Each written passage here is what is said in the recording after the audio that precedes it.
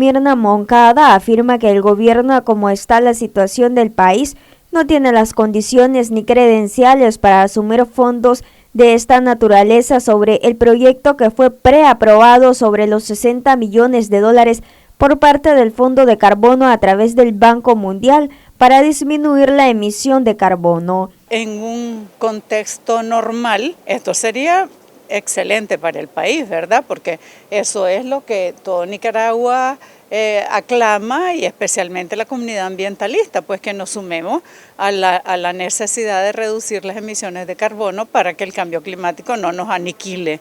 Ahora, ¿qué pasa? Que en las condiciones actuales de Nicaragua, el país no tiene las credenciales necesarias para poder asumir u optar, digamos, a fondos de esta naturaleza, porque todos los préstamos del desarrollo y el Banco Mundial, que es un banco para el desarrollo, tiene premisas, digamos, entre las cuales están la democracia, está la estabilidad institucional y el fortalecimiento institucional y el respeto a los derechos humanos, todo lo cual en este momento de Nicaragua están completamente violentados en su máxima expresión por el gobierno actual, desafortunadamente.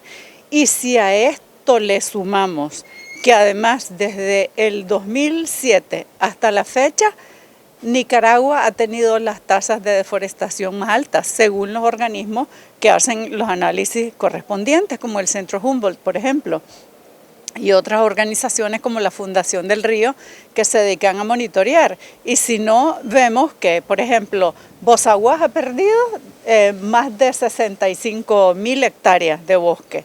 Eso fue en el 2016 o 2017. El Indio Maíz, casi 160.000 o un poco más de 160.000.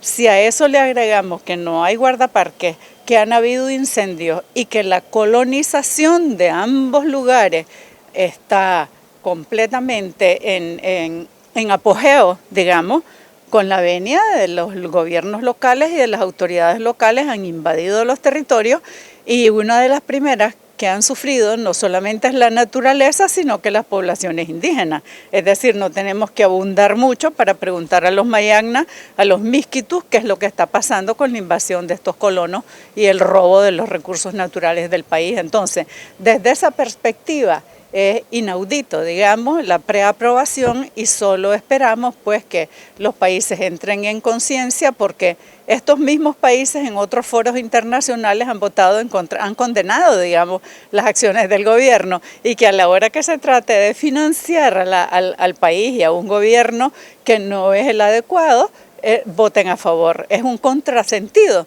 como lo que acaba de pasar con el BESIE, por ejemplo. Los mismos países que en la OEA dicen algo, votan y se expresan en contra y en favor de la necesidad de un alivio de la situación de Nicaragua, vengan y a la hora de aprobar los préstamos le den el sí. ¿Qué es lo que es esto?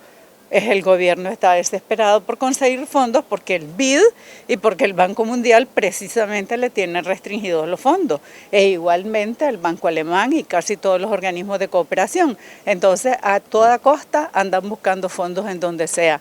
Afortunadamente, son preaprobaciones y no han habido todavía desembolsos. Moncada dijo que dicho proyecto fue presentado por el gobierno el año pasado, que está financiado por diferentes países como Estados Unidos, Francia, Alemania, Noruega, Australia y países, Canadá, por ejemplo, que son países ricos y que son los que aportan a ese fondo, cuyo objetivo es disminuir las emisiones de carbono en los países. Entonces, Nicaragua presentó un buen proyecto, por cierto, creo que fue el año pasado, que es para la reducción de 11 millones de toneladas de anhídrido carbónico, lo cual sería un aporte enorme del país pues, a las emisiones globales que el planeta necesita para que no caigamos en una catástrofe climática. ¿Qué es lo que pasa? Que son 60 millones. El proyecto fue aprobado, preaprobado, para ser exactos es preaprobado. Sin embargo, países grandes como Estados Unidos y Alemania votaron en contra de la preaprobación, pero quedó aprobado porque otros países como Canadá, Gran Bretaña, Australia y Noruega votaron a favor.